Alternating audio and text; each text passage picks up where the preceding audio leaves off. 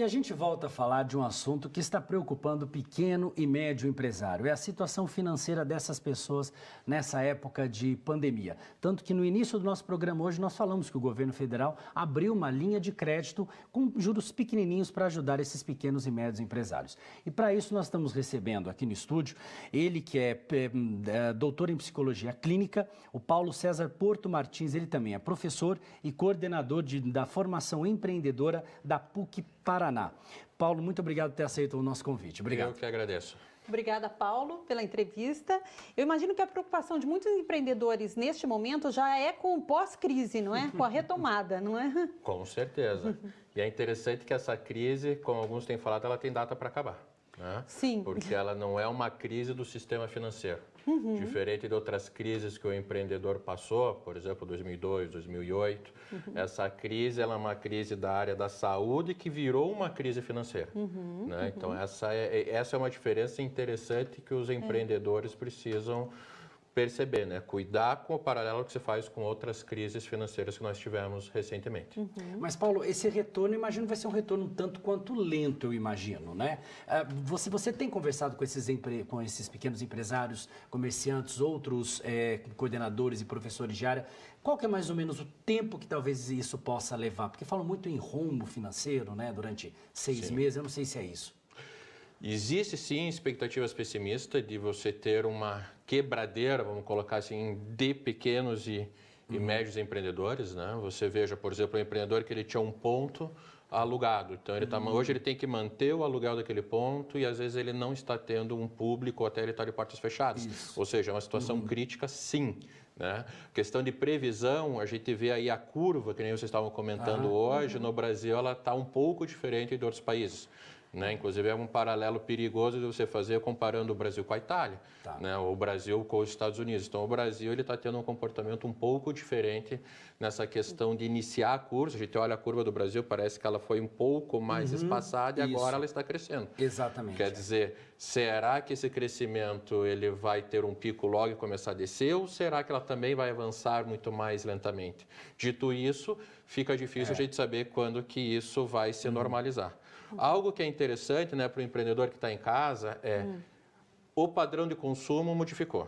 Né? A pessoa que tem uma padaria pequena, de repente, aquela pessoa que sempre pedia o pão lá na padaria, falava até assim, eu quero esse pão, mais torradinho, etc. Agora já está se adaptando a fazer isso pelo celular, pelo WhatsApp, por um aplicativo.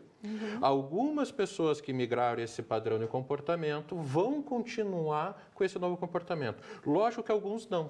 Né? Então eu acho que o empreendedor ele tem que começar a pensar, caramba, eu vou ter que me adaptar e tentar fazer o melhor atendimento possível dentro dessa nova realidade, porque no pós-crise eu vou ter algumas pessoas que vão ter gostado desse padrão de comportamento. Algumas pessoas não, falar, caramba, eu não vejo a hora de ir lá e olhar o pão, né?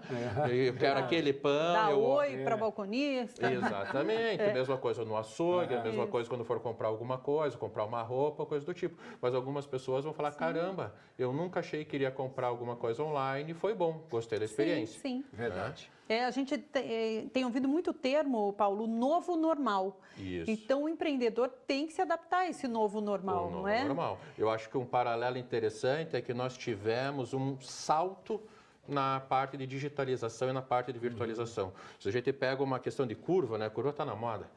Existia um crescimento relativamente lento de você ter uma migração para o comportamento online, comprar por aplicativo, comprar por celular, começar a utilizar banco por aplicativo. Algumas pessoas tinham resistência, às vezes começaram a aderir, mas o Covid ele fez com que as pessoas tivessem que saltar para esse novo comportamento. E isso seria um lado positivo dessa crise, você acha? Não sei se é positivo. A gente tem que pensar assim, em tendência e essa alteração, esse salto ele aconteceu. Né? Quando eu converso com o empreendedor, eu sempre coloco assim, não fique pensando se isso é bom ou ruim, pense que você tem que se adaptar. Tem que fazer. Quem sobrevive não é o mais forte, é quem se adapta, já falava Darwin, né? Isso, exatamente. Então você tem que se adaptar a essa nova realidade, pensar que essa é uma realidade sazonal, mas que aquele passado recente ele não vai existir mais. Certo. Provavelmente vai ser um meio termo. Interessante. E falando até sobre oportunidades e lado positivo de tudo isso, Dizem, né, tem aquele ditado antigo, né, que às vezes é na crise, é na situação complicada que nascem as boas ideias. Esse é o momento certo para o empreendedor tirar ali aquele coelho da cartola, se reinventar nesse momento ou não? Com certeza, né? Empreender sempre vai surgir através de uma necessidade, né? Em um momento de crise é um momento de muita oportunidade.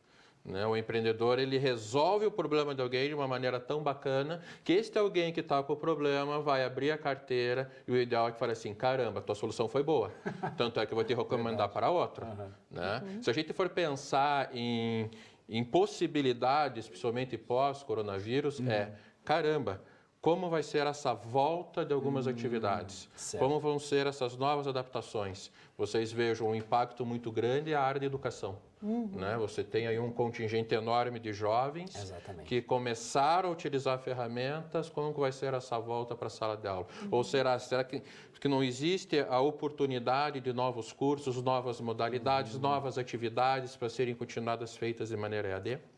Outra coisa que está acontecendo é uma migração enorme de profissionais que estão migrando para a área da internet.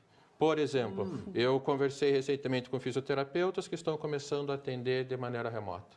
Eu conversei fisioterapeutas? Isso, eu conversei com uma fisioterapeuta, até que é interessante assim, Paulo, eu achei que eu ia ficar um tempo fora, né, respeitar o corona, mas os pacientes queriam atendimento. Então você tem, né, o paciente precisa fazer o seu alongamento, aquela situação pós-cirúrgica, filma, a fisioterapeuta vai acompanhando, fala, estica mais, faz, né, toda a parte técnica. A gente nunca imagina, né? Não, Porque fisioterapia você imagina o contato, né, físico. Lógico que nem tudo dá para ser feito à distância, mas algumas coisas sim. A mesma coisa está acontecendo com outras áreas de serviço, parte de nutrição, a parte da psicologia, a medicina, né, à distância. Nós estamos vendo aí um avanço, uma discussão muito forte no Brasil, a telemedicina.